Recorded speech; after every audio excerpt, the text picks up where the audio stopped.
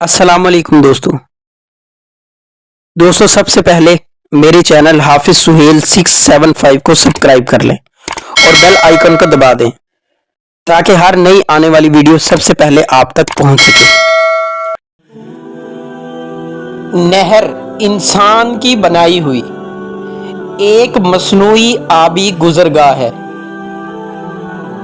نہر سے پھوٹنے والی چھوٹی نہر راج بہا کہلاتی ہے۔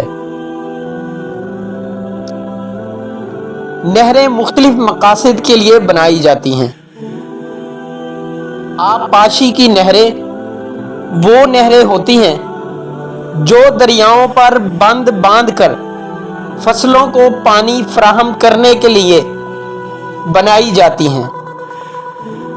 اس طرح کی بہت سی نہریں پاکستان میں مختلف بندوں اور بیراجوں سے نکالی گئی ہیں اور پاکستان کے چاروں صوبوں میں فصلوں کو سیراب کرتی ہیں۔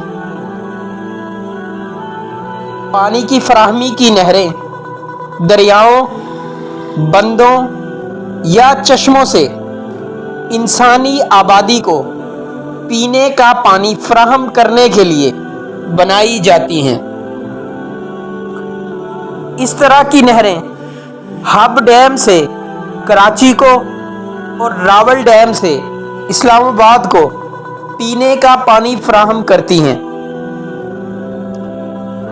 آبی گزرگاہیں نقل و حمل کے لیے بھی بنائی جاتی ہیں۔ اس طرح کی نہروں کی بہترین مثالیں ڈون اور وولگا نہر، نہر سوئز اور نہر پاناما ہیں۔ ریلوے انجن کی ایجاد سے پہلے یورپ اور امریکہ میں کئی نہریں تجارتی سامان کی نقل و حمل کے لیے کھودی گئیں۔ تاہم ریل گاڑی کی ایجاد کے بعد ریلوے لائن بچھانا زیادہ منافع بخش بن گیا اور یہ سلسلہ بند ہو گیا۔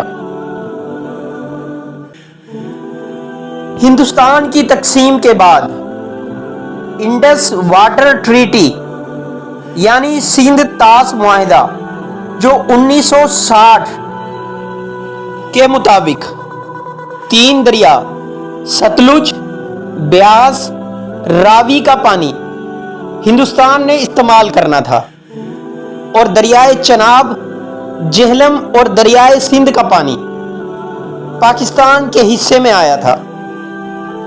ہندوستان نے بھاکڑا ڈیم، ننگل ڈیم، رنجیت ساگر ڈیم، بیاس ڈیم اور تلوارا ڈیم کو ہندوستانی پنجاب میں تعمیر کیا۔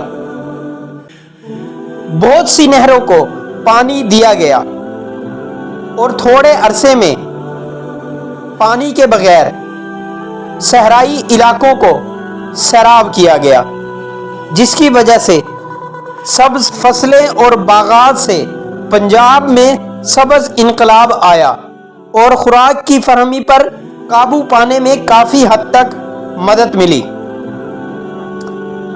دوسری طرف پاکستانی پنجاب نے تمام دریاؤں کو آپس میں جوڑ دیا اور نہر کے گرڈ بنائے گئے اور جن علاقوں کو پانیوں کی تقسیم کی وجہ سے پانی سے محروم رکھا گیا تھا ان کو پانی ملا اور بہت سی نئی نہریں وجود میں آئیں۔